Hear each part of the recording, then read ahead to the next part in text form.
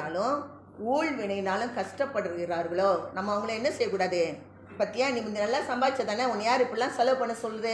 அதனால தான் நீ கஷ்டப்படுற. நீ பாரு, உன்னோட புத்தினால தான் நீ கஷ்டப்பட்டுட்டு இருக்க. நீ கஷ்டப்பட்டுக்கிட்டே இரு அப்படின்னு சொல்லலாமா சொல்லக்கூடாதா? சொல்லக்கூடாது.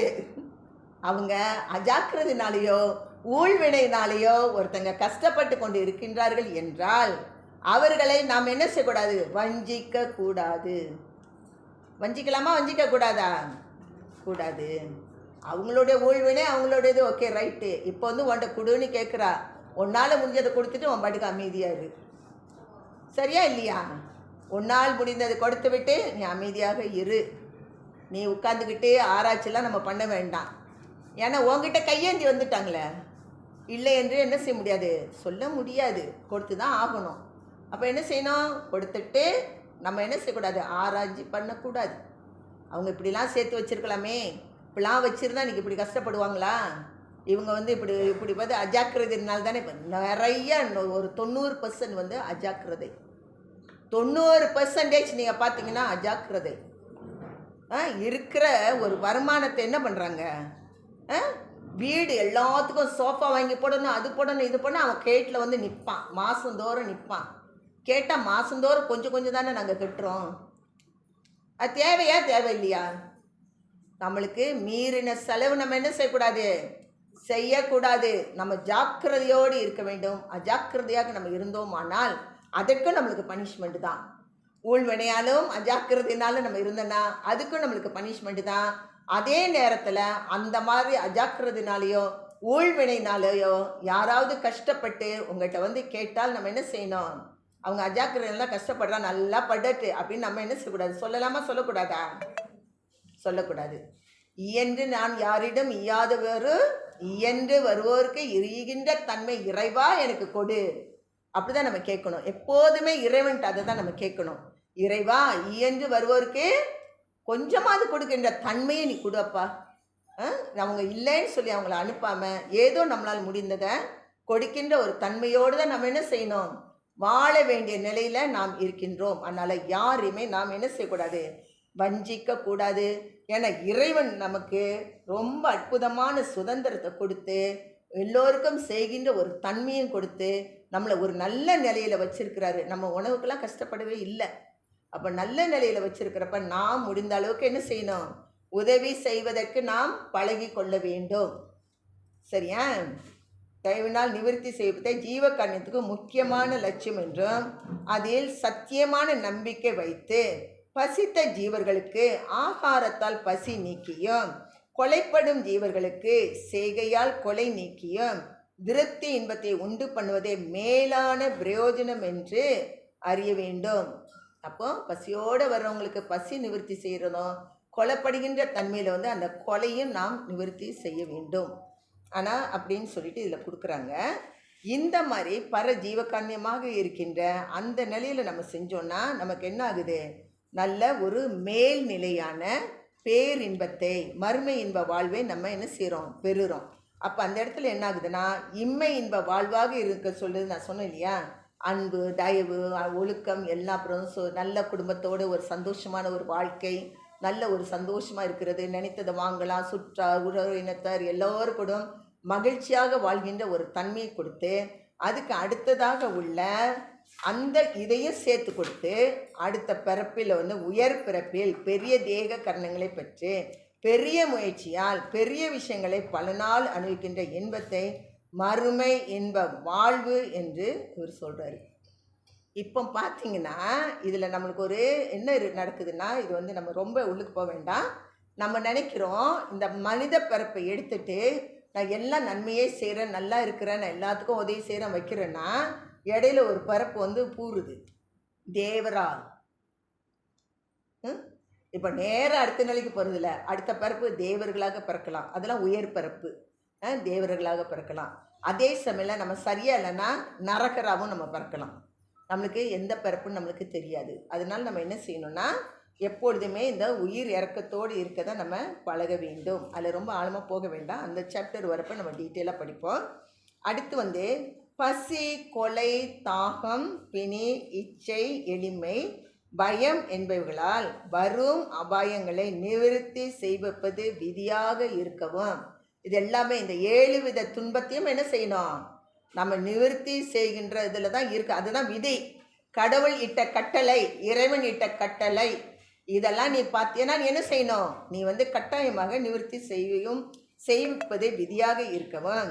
இந்த இடத்தில் இவ்விடத்து பசியினாலும் கொலையினாலும் வரும் அபாயங்களை மாத்திர நிவர்த்தி செய்விப்பது விசேஷம் என்று குறிப்பது ஏன் என்று அறிய வேண்டும். இப்போ இந்த 7 விதமான நிலையில் இருக்கிறதையும் நம்ம என்ன செய்ய வேண்டும், நம்ம நிவர்த்தி தான் செய்யணும். பசி, பிணி, தாகம், இச்சை, பயம், எளிமை, எதில் இருந்தாலும் நம்ம நிவர்த்தி தான் செய்யணும். ஆனால் ரொம்ப நம்மளை ஆழமாக எதை கான்சன்ட்ரேட் பண்ணுறாங்க, கொலையும் பசி நீக்குதலும்.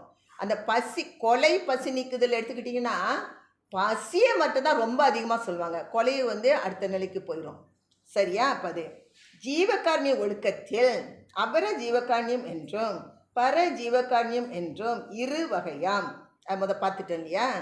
பசி நீக்கலும் கொலை நீக்கலும் என்ன ஜீவகாரணியம்? பசியும் கொலை நீக்கிறது என்ன ஜீவகாரணியம்? பர ஜீவகாரணியம் பார்த்தோம் இல்லையா? சரி, ஜீவகாரணியம் அதில் விசேஷமாக குறிக்கப்பட்டு என்று அறிய வேண்டும். ஏன் மீதி உள்ளதெல்லாம் ஏன் விசேஷம் இல்லைன்னு சொல்கிறாங்க அப்படின்னு சொல்லி பார்த்தோன்னா, அந்த பசியில் இருக்கிறவங்களுக்கு நீங்கள் உணவு போடலாம்னா அவங்க என்ன செய்வாங்க, இறந்து போயிடுவாங்க. பசியோடு இருக்க ஜீவனுக்கு நீங்கள் உணவு போடலைன்னா என்ன ஆகும், இறக்கின்ற தன்மை. எவ்வளோ பேர் பசியால் இறக்கின்ற ஒரு தன்மை கிடைக்கின்றது.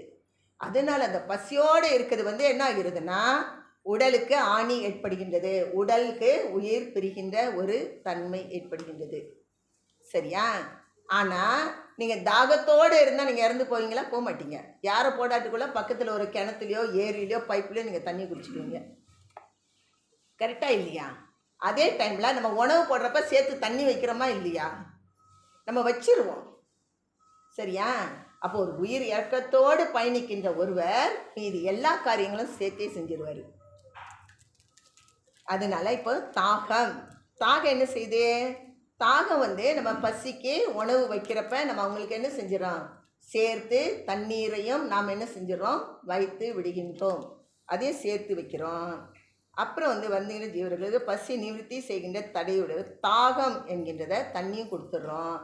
அப்படியே நம்ம தண்ணி கொடுக்கவில்லை என்றாலும் அவங்க எங்கே போய் குடிச்சிக்கலாம், கிணத்துல குளத்தில் எங்கேயாவது போய் அவங்க குடிச்சிக்கலாம். அதனால் தண்ணீர் ஏரி குளம் கால்வாய் முதலிய இடத்தில் இருக்கின்றது தாகத்தால். அதனால் அவர்களுக்கு அதனால் தேகத்துக்கு ஆணி நேரிடாது என்றால் மரணம் ஏற்படாது. இது தாகம். சரியா? அடுத்து பிணி. நோயில் இருக்கிறாங்க ஒருத்தங்க, நோயில் இருக்கவங்கன்னா அப்படிலாம் உடனே இறந்துலாம் போக மாட்டாங்க. நெடுங்காலம் அவங்க என்ன செய்வாங்க, அந்த நோயில் அழுந்திக்கிட்டு தான் இருப்பாங்க. ஆனால் அப்படி அந்த நோயில் இருக்கிறவங்க கூட அவங்களுக்கு அது பசி வந்துருச்சுன்னா நம்ம உணவு கொடுத்தோம், நோய் கூட அவங்களுக்கு மறந்து போயிடும். ஓடி உணவு தான் அவங்க எடுப்பாங்க. அப்போது இவங்க என்ன சொல்கிறாங்கன்னா, பசி மிகுதினாலே பிணிகள் விருத்தியாகின்றன. அதனால அந்த வருது. அப்போ அந்த பிணியோடு தேகத்தை நெடுநாள் வைத்து இருக்கக்கூடும். ஒரு நாளாவது ஆகாரம் இல்லாமல் இருக்க முடியுமா?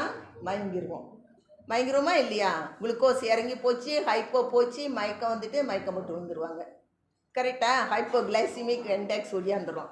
அதனால் கஷ்டம். ஆனால் அதே டைமில் நான் இப்போ பசியோடு இருக்கவங்களுக்கு நான் உணவு கொடுக்குறேன், நான் ஆட்டோமேட்டிக்காக அவங்களுக்கு நான் தண்ணி வச்சுருவேன். அம்மா எனக்கு கொஞ்சம் தலைவலிக்குதுன்னு அவங்க என்கிட்ட சொன்னாங்கன்னா அவங்களுக்கு நான் அந்த மருந்து கொடுப்பேனா கொடுக்க மாட்டேனா? நிச்சயமாக நம்ம என்ன செய்வோம், கொடுப்போம். அந்த பசியை தவிர்க்கிற அந்த இரக்கம் உள்ளவங்க என்ன செஞ்சிருவாங்க, பிணியோடு இருக்கிறவங்களுக்கு உதவி நிச்சயமாக செய்வாங்க. அதனால் அது ஒன்று.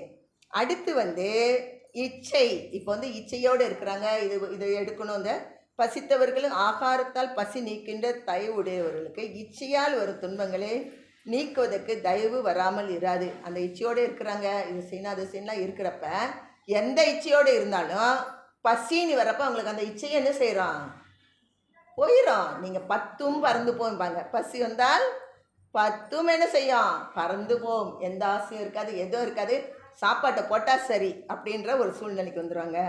எளிமை. அதே மாதிரி பசித்த ஜீவர்களுக்கு ஆகாரம் கொடுக்குறவங்களுக்கு அந்த அவங்க எளிமையோடு இருக்கின்ற அதை நீக்கிறதுக்கும் அந்த உள்ளம் இருக்குமா இருக்காதா? தயவோடு செய்வாங்களா இல்லையா? செய்வாங்க.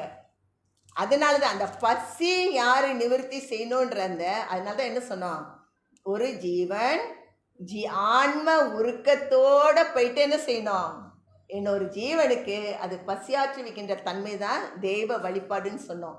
அந்த ஆன்ம உருக்கத்தோடு இருக்கின்ற அவன் என்ன செய்வானா, ஒருவர் பசியோடு இருந்தாலும் சரி, நோயோடு இருந்தாலும் சரி, எளிமையாக இருந்தாலும் சரி, இச்சையோடு எந்த நிலையில் இருந்தாலும் சரி, இந்த பசியை நிவர்த்தி செய்ய வேண்டும் என்ற ஆன்ம உருக்கத்தோடு இந்த ஜீவன் செயல்படுகின்றதுனால பசியை மட்டுமல்ல, அதை சார்ந்து இருக்கின்ற மற்ற துன்பங்களையும் இவன் செய்து விடுவான். அதனால தனித்தனியாக பிரித்து நமக்குலாம், அதனால அந்த பசி என்பதை பெருமானார் ரொம்ப அழுத்தி நம்மளை அதை செய்ய சொல்கிறாங்க. பசியை நிவர்த்தி செய்ய சொல்கிறாங்க. பயத்தையும் ஏதாவது ஒரு உபாயத்தினால அந்த வரும் துன்பத்தையும், இந்த கொலையினால் வருகின்ற அந்த துன்பத்தையும் நம்மளால் என்ன செய்ய முடியும், நீக்க முடியும். அதனால் அந்த பசியை நீக்குவது தான் ஆழமாக நமக்கு பதிந்து வைக்கின்ற ஒரு தன்மை. என்னென்னா, அந்த இரக்கத்தோடு இந்த ஆன்மா பயணித்தால் மீதி உள்ள அந்த தாகம், பிணி, ஈச்சை, பயம், எளிமையை ஆட்டோமேட்டிக்காக இந்த பசி நிவர்த்தி செய்கிறவங்க என்ன செய்வாங்க, அதையும் சேர்த்து செய்து விடுவார்கள். அப்போ நம்மளுக்கு அபர இன்பத்தோட பற இன்பமும் என்ன செய்யுது, சேர்ந்து கிடைத்து விடுகின்றது.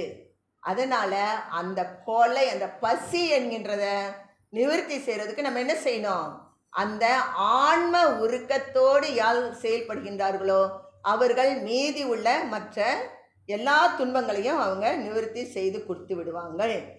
பசியினால் வரும் துன்பத்தை நீக்குதலும் கொலையினால் வரும் துன்பத்தை நீக்குதலும் ஜீவ காரணத்துக்கு முக்கிய லட்சியமாக இருக்கவும். அதுதான் முக்கியமான லட்சியம். 2 தான், பசியும் கொலையது.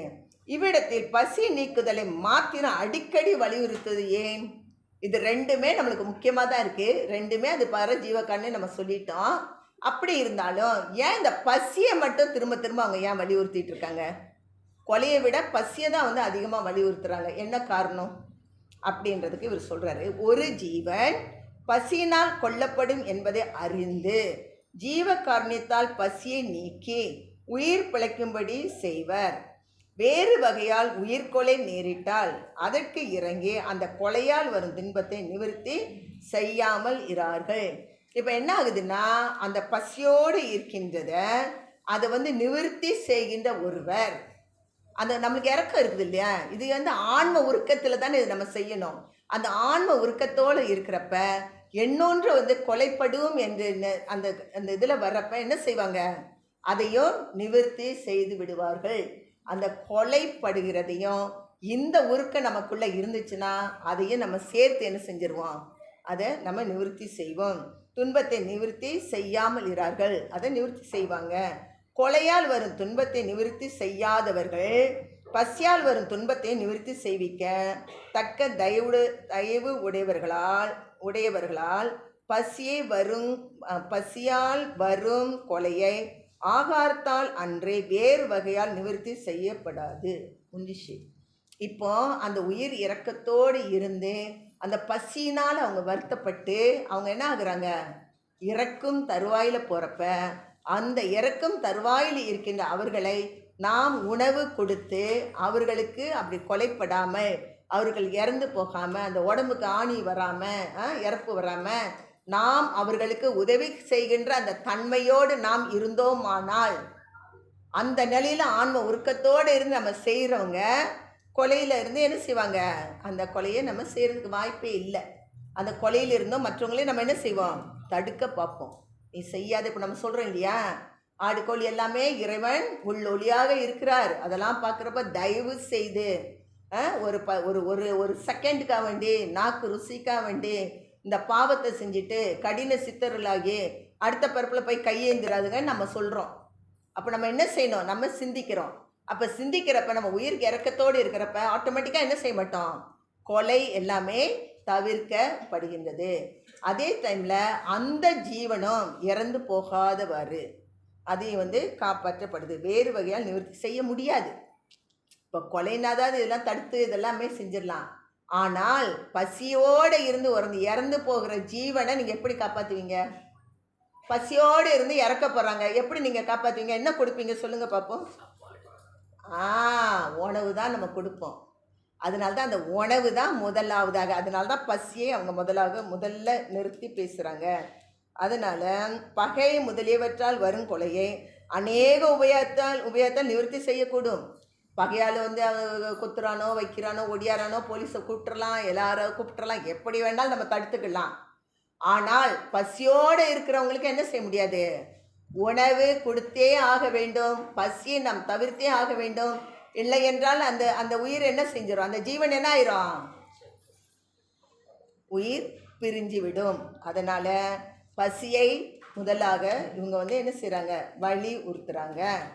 கொலையால் வரும் துன்பத்தை பசியால் வரும் துன்பத்தில் அமைத்து அடிக்கடி வலியுறுத்துகின்றது என்றறிய வேண்டும். சரி, அன்றியும் தாகத்தால் வருந்துவருக்கே என்ன செய்யலாம்? பிணியால் வருந்துவர்கள், இச்சையால் வருந்துகின்றவர்கள், எளிமையால் வருத்துகின்றவர்கள், பயத்தால் வருந்துகின்றவர்கள், பசி வருத்தம் உண்டாகும் போது வருத்தங்களை எல்லாம் மறந்து, இந்த மாதிரி எல்லா கஷ்டத்தில் இப்படியெல்லாம் இருக்கிறப்ப பசி வந்துருச்சுன்னு வைங்க, அவங்களுக்கு எல்லாத்தையும் மறந்துடுவாங்க. பட்டு ஆகாரம் தேட முயற்சி செய்கின்றார்கள். பயத்தில் இருந்தாலும் சரி, இச்சையில் இருந்தாலும் சரி, எந்த நிலையில் இருந்தாலும் சரி, என்ன ஆகும்?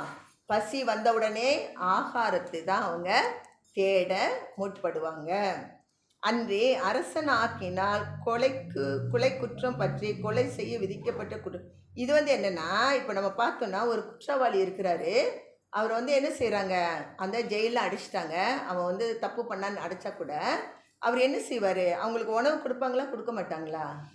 உணவு கொடுக்க தான் செய்வாங்க. எப்படிப்பட்ட குற்றவாளியாக இருந்தாலும் அவங்களுக்கு வந்து என்ன செய்கிறாங்க? உணவு கொடுத்துட்றாங்க. குற்றவாளியும் பசி வந்தபோது தன் பயத்தையும் துன்பத்தையும் மறந்து அந்த பசியை மாற்றிக்கொள்ள முயல்கிறான். வைத்தியரால் தாம் இறந்து விடுவோம் என்று நிச்சயம் பண்ணிட்டாங்க.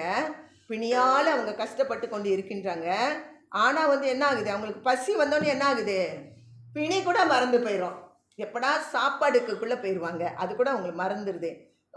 பசி வந்த போது தமது துன்பத்தை மறந்து பசி நீக்க முயல்கிறார்கள். பசிக்கு தயவினால் ஆகாரம் கொடுக்க துணிந்தவன் வேறு வகையால் ஜீவர்கள் இம்சைப்பட்டு அழிவதற்கு சம்மதிக்கவே மாட்டான். அந்த உயிர் இறக்கம் யார் இருக்குதோ மற்றெல்லாம் சம்மதிக்க வேண்டாம். ஆதலினால் பசியால் வரும் துன்பத்தை நிவர்த்தி செய்விக்கின்ற தர்மத்தை அடிக்கடி நம் பெருமானால் வலியுறுத்துகின்றார் என்று தெரிய வேண்டும்.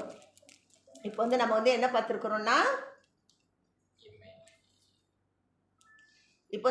பார்த்துருக்குறோம்னா, நமக்கு வருகின்ற துன்பங்கள் 7 வகையான நிலையில் வந்து வருது. அது எப்படி வருதுன்னா, ஒன்று ஊழ்வினையாக இருக்கும், இல்லைன்னா அஜாக்கிரதினால இருக்கும். நம்ம ஊழ்வினையினால வரும், இல்லைன்னா நம்மளுக்கு என்ன செய்யுது? அஜாக்கிரதினால வரும். ஊழ்வினையில் எப்படி வருது? முற்பிறப்பில் நம்ம என்ன செஞ்சிட்டோம்? கடின சித்தர்களாக இருந்து ஜீவகாரணி ஒழுக்கத்தில் நாம் இருக்கவில்லை, அதுதான் ஊழ்வினை.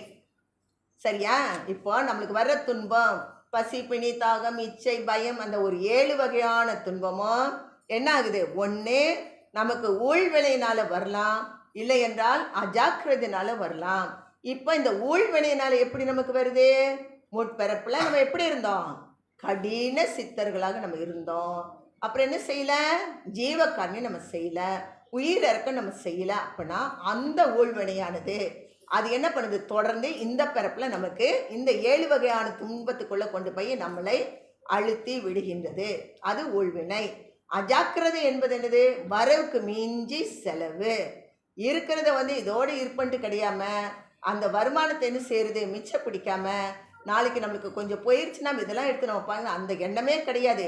இருக்கிறப்ப நல்ல ஒரு ஆடம்பரமாக எந்த சேமிப்பும் வைக்காம எல்லாத்தையும் செலவு பண்ணிட்டு என்ன பண்ணுறாங்க? கடைசியில் துன்பப்படுகின்றார்கள். அது வந்து என்னது? அஜாக்கிரதினால அது வருது. சரி, இந்த ஊழ்வினையாலும் இந்த அஜாக்கிரதினாலும் வருகின்ற இந்த துன்பத்தை இதை நாம் கண்ட போதும் கேட்ட போதும் நாம் என்ன செய்ய வேண்டும்? அவர்களை நாம் வஞ்சிக்க கூடாது. அப்படி கஷ்டப்பட்டு இருக்கவங்களே நம்ம வஞ்சிக்கலாமா?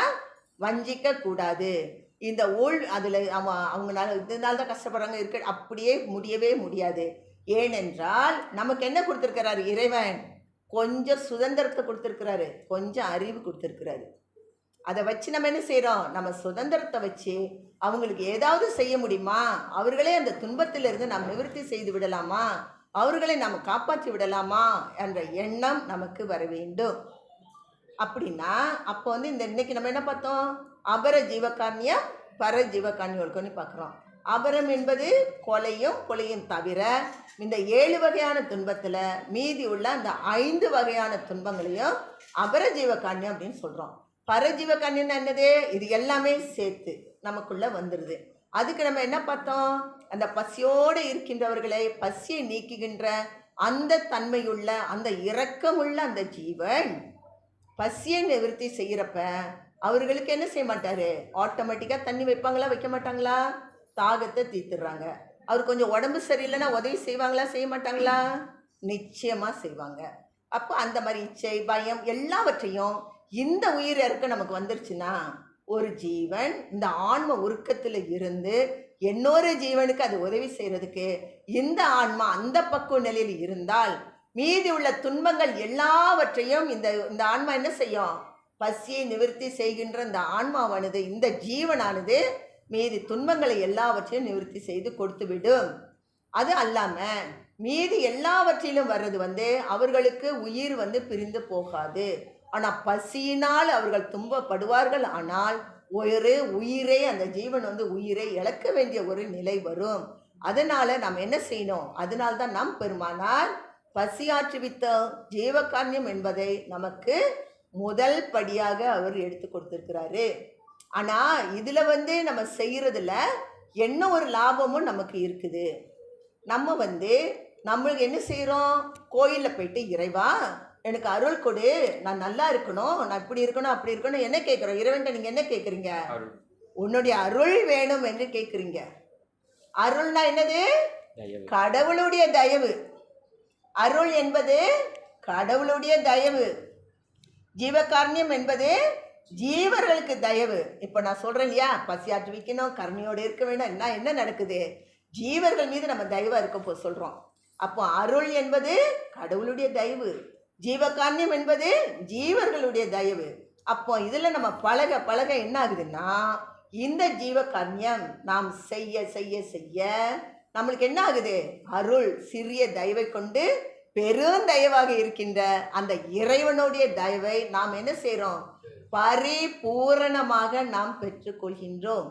இறைவனுடைய தயவு எனக்கு வேணும்னு சொல்லிட்டு ஒரு படையில் போட்டு சாப்பாடெல்லாம் போட்டு நெய்வேத்தியெல்லாம் போட்டு சாப்பிடாத ஒரு இது முன்னாடி வச்சுட்டு நம்ம வயிற்றுல தூக்கி இந்த வயிற்று சாமிக்கு போட்டால் அருள் எங்கனம் வரும்? வருமா வராதா? நல்லா ஞாபகம் வச்சுக்குங்க, வராது. எந்த சாமிக்கு போடணும் சாப்பாடை? பசியோடு இருக்கின்ற அந்த அந்த அந்த தெய்வத்துக்கு போடணும். அது ஒரு தெய்வம் பாருங்க, அது ஒரு தெய்வம் நம்மளுக்கு. அவங்க அப்படி இல்லைன்னா நம்ம எங்கேருந்து அருளை சம்பாதிக்க? யோசித்து பாருங்க, நல்லா சிந்திச்சு பாருங்க. அப்படி ஒருவர் இல்லை என்றால் நீங்கள் எப்படி அருளை சம்பாதிக்க போறீங்க? நீங்கள் எப்படி ஆன்ம லாபத்தை அடைய போறீங்க? அதனால அவர்கள் அந்த மாதிரி இருக்கிறவங்கள என்ன சொல்லக்கூடாது, நினைக்கக்கூடாது, குறைத்து நினச்சிடாதுங்க. அவர்களால் தான் நீங்கள் அருளை பெற போகிறீங்க, அவர்களால் தான் நீங்கள் ஆன்ம லாபம் அடைய போகிறீங்க. அவர்கள் இல்லை என்றால் நீங்கள் என்ன செய்ய போகிறீங்க? எல்லாருமே பணக்காரங்களாக இருக்காங்கன்னு வச்சுக்கோங்க, யாருக்கும் எதுவுமே தேவையில்லை. எப்படி நம்மளுக்கு அருள் சம்பாதிக்க போகிறோம்? இந்த ஆன்மா எப்படி அருள் அனுபவத்தை பெறப்போகுது? இந்த ஆன்மாவை எப்படி மேல்நிலைக்கு எடுத்துக்கொண்டு போகிறோம்? அதனால் நாம் என்ன செய்யணும்? இந்த ஆன்மாவை நம்ம கடை தேற்ற வேண்டுமானால் இன்னொரு அடுத்த பிறப்பு இந்த பசிப்பணி தாகத்தோடு நம்ம மாட்டிக்கொள்ள வேண்டாம் என்றால் நாம் நிச்சயமாக இதை செய்ய வேண்டும். இது 2 வழியாக தான் அது உதவி செய்யுது. இப்போ என்ன ஆகுது? பாவம் என்பது ஜீவகாரணியம் இல்லை, புண்ணியம் என்பது ஜீவகாரணியம். பாவ புண்ணியெல்லாம் எங்கேருந்து வராது. உயிர் இறக்கம் இல்லை என்றால் என்னது? பாவம். உயிர் இறக்கத்தோடு பயணித்தால் என்னது? புண்ணியம். இந்த உயிர் இறக்கமே உங்களுக்கு என்ன செய்யுது? அறிவும் அன்பதையும் பெருக்குது. பாருங்க, ஒரு சின்ன நம்ம சொல்கிறோம் உணவு கொடுக்கணுன்னே, அதுலேருந்து எவ்வளோ விஷயங்கள் நம்மளுக்கு கிடைக்குதா இல்லையா? ஸோ அதிலிருந்து சிறு தெய்வ கொண்டு பெருந்தயவாக இருக்கின்ற இறைவனுடைய தெய்வம் நீங்கள் பெற போகிறீங்க. இறைவனுடைய தெய்வம் பெறப்ப உங்களுக்கு என்னது? அதுவே மோட்ச வீட்டின் திறவுகோலாக இருக்கின்றது. அந்த அருள் மோட்ச வீடுனா போயிட்டு கோயிலில் உட்காந்துட்டு நான் விடிய விடிய சிவனே நினச்சி உட்காந்துருக்கேன், அப்படியே மோட்ச வீடு திறக்கணும், எங்கேருந்து திறக்காது? திறக்குமா? திறக்காது. ஏமாந்து போயிட்டு வேஸ்ட் பண்ணாதுங்க டைமெல்லாம். உயிர் இறக்கத்தோடு ஒரு நாளைக்கு ஒரு ஜீவனுக்காவது உணவை போடுங்க. அதை விட்டுப்பட்டு அவர் பாட்டுக்கு அங்கே உட்கார்ந்துருக்கிறவர்கிட்ட போய் நான் கண்ணை மூடி உட்கார்ற சிவா என்னை மேலே ஏற்றுனா ஏற்றுவாரேன்? ஏற்ற மாட்டாரு. உன்னுடைய ஆன்மாவை நீ பக்குவப்படுத்து, உன்னுடைய ஆன்மாவை நீ மேல்நிலைக்கு ஏற்று. அதுதான் சொல்றது. ஒவ்வொரு 3ஆம் சனிக்கிழமை அதை நம்ம அழைக்கிறது. நம்ம வந்து உங்களால் வந்து நீங்கள் எல்லா ஆன்மாக்களும் இந்த பிறப்பெடுத்த ஒவ்வொரு ஆன்மாவும் விஷயம் தெரியாம அஞ்ஞானத்துல மூழ்கி மூட பழக்கத்துல மூழ்கி எண்ணும் அது வீணா போகுதே என்று நமக்கு தெரிந்த அளவு ஏதோ ஒன்று நம்ம இந்த ஆன்மாக்கள் எல்லாத்தையுமே கடத்தேற்றி வந்து விடட்டுமே என்பதுதான் வள்ளல் பெருமானுடைய ஆசை. நம்ம ஒன்றுமே இல்லை. இது இப்போ நீங்கள் எல்லாரும் வந்திருக்கீங்கன்னா அவருடைய அருள்னால தான் நீங்கள் எல்லாருமே வந்திருக்கீங்க. கரெக்டா இல்லையா? அவருடைய அருள் உங்களுக்குள்ள இல்லை என்றால், ஒவ்வொருவருக்குள்ளேயும் இறை அருள் இல்லை என்றால் யாருமே இங்கே வந்து உட்கார மாட்டீங்க. அப்போ நீங்களே எவ்வளோ கொடுத்து வச்சவங்க பாருங்க. இறைவனோட அருள் உங்களுக்குள் இருந்து செயல்பட்டு கொண்டு இருக்கின்றது. இறைவனோட அருள் உங்களுக்குள் இருக்கின்றதுனால்தான் இப்படி வந்து உட்காந்து நம்மளுடைய ஆன்மாவை அடுத்த நிலைக்கு கடத்தேற்றணும். இந்த ஆன்மாவை இப்படியே விட்டு விடக்கூடாது. இந்த ஆன்மாவுக்கு விசாரம். நீ ஓடி ஓடிலாம் உழைக்கலாம். எந்த புத்தகத்திலே இந்த விசாரம் படிக்க முடியுமா? முடியாது. அதனால்தான் அவர் என்ன சொல்றனா, வள்ளல் பெருமான் நானே சன்மார்க்கம் நடத்துகின்றேன்றாரு. இதே அவர் தான் நடத்திக்கிட்டு இருக்கிறாரு. அவ்வளோ பேரும் கடத்தேறணும் என்பதே அருட்பெருஞ்சோதி ஆண்டவர் வள்ளல் பெருமானுடைய ஆசை. அதுதான். அதனால ஒவ்வொருவருமே இன்னைக்கு உள்ளதை எடுத்து அந்த வழியிலே நடந்து உயிர் இறக்கத்தோடு இருந்து கொலை புலையை தவிர்த்து எல்லா ஆன்மாக்கள் எல்லா ஜீவர்களும் அடுத்த படிநிலைக்கு ஏற வேண்டும். இறைவனுடைய பரிபூர்ண அருளை இங்க வந்திருக்க அனைவருமே என்ன செய்யணும்? பெற்று கொள்ள வேண்டும். ஒவ்வொரு மாதம் 3ஆம்